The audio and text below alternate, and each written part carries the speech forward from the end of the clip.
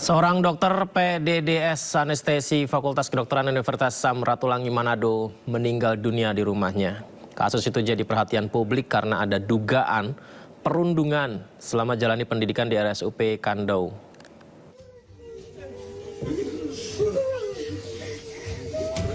Dr. Adrian Rantung ditemukan meninggal dunia di dalam kamar rumahnya di kota Manado, Sulawesi Utara. Jenazah Dr. Adrian pertama kali ditemukan oleh ayahnya. Diduga korban meninggal dunia karena kelelahan. Jenazah almarhum dimakamkan di Sulawesi Tengah. Di mata tetangga, Dr. Adrian dikenal sebagai pribadi yang baik, ceria dan taat beribadah. Oh, di rumah, enggak di kos, DP rumah, DP orang tua DP rumah itu. Tinggal yang siapa situ? Ya. Yang tinggal di rumah situ siapa-siapa? DP orang tua. Oh, bersama orang tua? Iya, iya, enggak ada orang lain. Bertiga? DP mama, DP papa, dan itu DP kakak. Dokter mah cuma sekali-sekali, dokter kok semua ada orang. Adrian merupakan seorang dokter PPDS anestesi dari Fakultas Kedokteran Universitas Samratulangi. Beredar kabar, korban mengalami perundungan selama bertugas di RSUP Kandau. Namun hingga kini, pihak rumah sakit dan universitas masih belum memberikan keterangan. Dari Manado, Sulawesi Utara, Jeffrey Langi, iNews melaporkan. Kementerian Kesehatan menghentikan sementara pendidikan prodi anestesiologi di RSUP Kandau Manado menyusul kasus meninggalnya dokter program pendidikan dokter spesialis atau PPDS Adrian Rantung. Penghentian kegiatan PPDS anestesi ini tertuang dalam keputusan Direktur Utama RSUP Kandau Manado pada 6 Juli 2026. Dalam surat itu, kegiatan PPDS anestesiologi RS Kandau dihentikan sampai penanganan dugaan perundungan selesai. Sementara itu penyebab meninggalnya Dr. Adrian termasuk dugaan adanya perundungan masih dalam proses penyelidikan oleh tim investigasi Kementerian Kesehatan.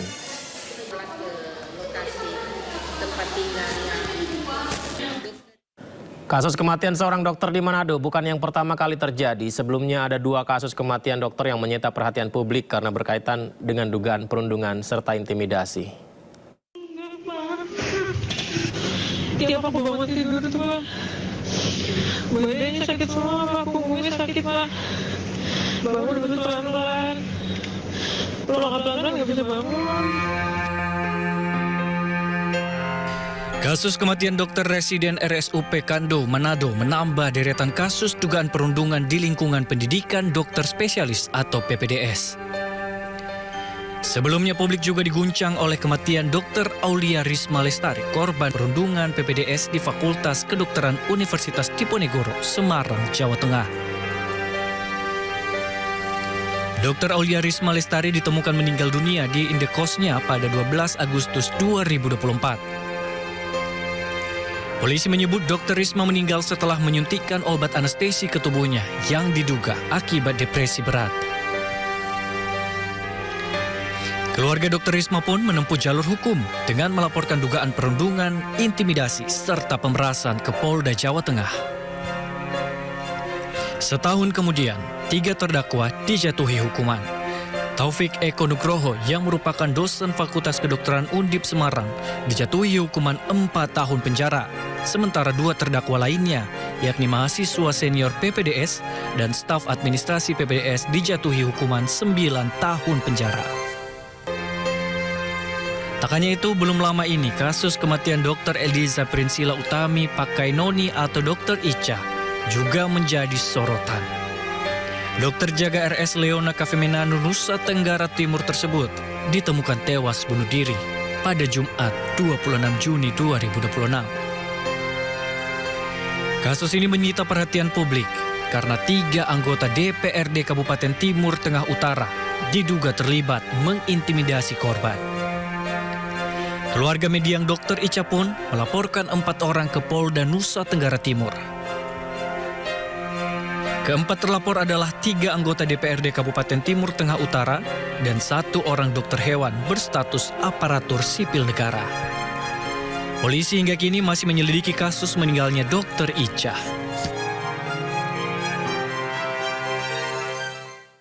Viral video seorang pelajar SMP dianiaya hingga diinjak wajahnya karena dituduh mencuri uang Rp10.000 di Kabupaten Aceh Timur. Keluarga korban tidak terima dan melapor dugaan penganiayaan itu ke Polres Aceh Timur. Yung pinaupo na Aksi bullying masih terus terjadi. Kali ini menimpa IF, pelajar SMP berusia 14 tahun, terbaring di lantai karena kewalahan menerima siksaan fisik dari teman sejawatnya. Seperti yang dilakukan seorang perempuan yang diduga menginjak wajahnya, lalu membanting dan menyeret korban. Pelaku memaksa korban mengaku bahwa dirinya telah mengambil uang atau mencuri uang milik pelaku. Namun korban berulang kali membantah tuduhan tersebut. 4 hari setelah kejadian, kakak kandung korban didampingi tim kuasa hukum resmi melaporkan terduga pelaku berinisial AH ke Polres Aceh Timur. Keluarga menegaskan menolak hasil perdamaian yang difasilitasi oleh aparat desa karena hanya melibatkan ibu tiri korban tanpa sepengetahuan keluarga kandungnya. Istri siri korban dugaan kekerasan dan penyiraman air keras oleh Aibtu N dilarikan ke rumah sakit untuk dirawat intensif. Setelah sempat dipindahkan ke rumah aman, kondisi luka korban memburuk. Pengacara kondang Hotman Paris menyebut kemiskinan menjadi penyebab korban terpaksa bertahan di bawah intimidasi pelaku.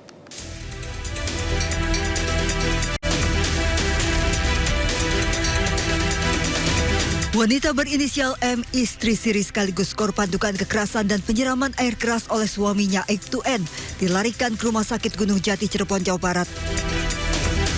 Kondisi luka korban memburuk, bahkan ditemukan ulat hingga dilarikan ke rumah sakit untuk dirawat intensif.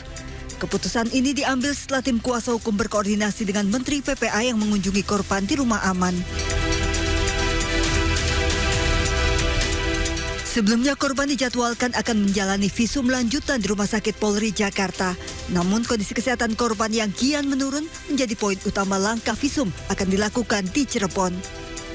Sejak awal diselamatkan, korban memang belum pernah memperoleh penanganan medis menyeluruh dan hanya berobat mandiri selama beberapa bulan terakhir.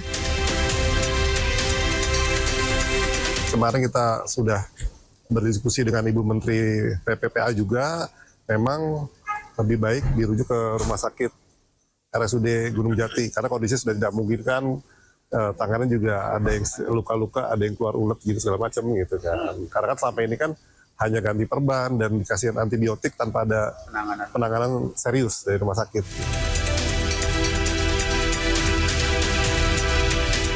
Sementara itu, pengacara kondang Hotman Paris Nasution menyebut baik dalam kasus istri siri dianiaya suami siri yakni Aibtu N maupun kasus YTR yang disekap dan dianiaya kekasihnya Taufik Hidayat, kondisi ekonomi dan kemiskinan membuat korban terpaksa bertahan dan tidak meminta pertolongan meski harus menerima kekerasan dari pelaku.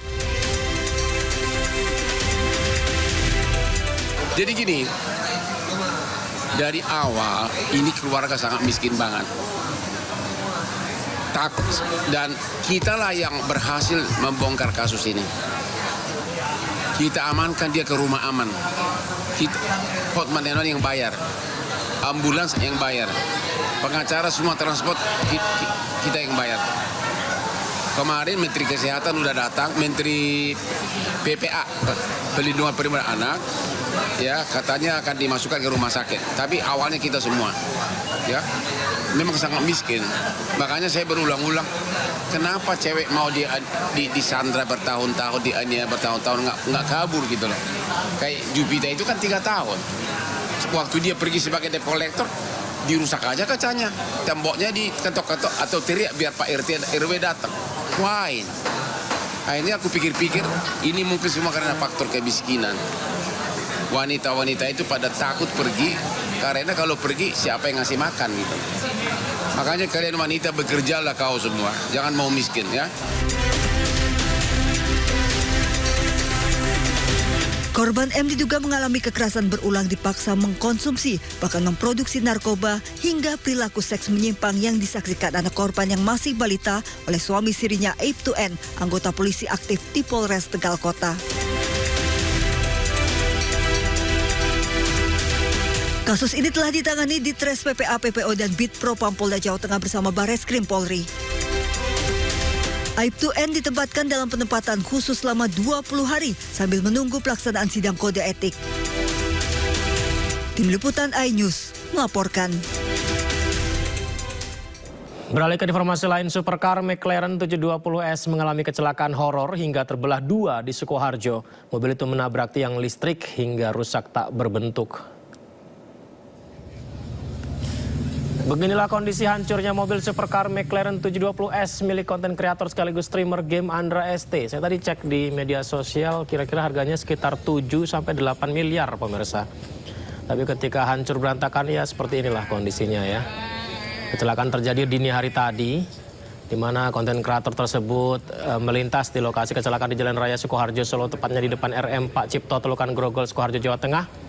Kecelakaan diduga akibat ban belakang hilang traksi akibat kecepatan tinggi hingga mobil menabrak tiang listrik dan terbelah dua. Meskipun mengalami kecelakaan hebat, seluruh penumpang dalam kondisi selamat dan menjalani perawatan di rumah sakit nih ketika masih bagus seperti ini kondisinya ya. Ini mau menginfokan untuk kecelakaan tadi bersama Bang Robi. Memang murni kecelakaan tunggal karena ban belakang dari mobilnya nyelip karena memang kan kenceng ya, horsepowernya tinggi, jadi nggak bisa handling. Dan untuk kondisi kita sama-sama aman, kita habis nonton bola tadi live streaming juga, terus selesai itu memang pengen jalan-jalan aja, tidak dalam kondisi mabuk atau apapun itu. Ini masih sadarkan diri, alhamdulillah semuanya aman.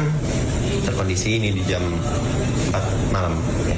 Tadi keluar di jam 5 udah, jadi keluar di jam 2 malam. Kondisi semua aman teman-teman, cuman perlu recovery aja. Dan mohon maaf untuk Bang Robi dan setim, semoga semua baik-baik aja. Mohon maaf sebesar saya guys, terima kasih.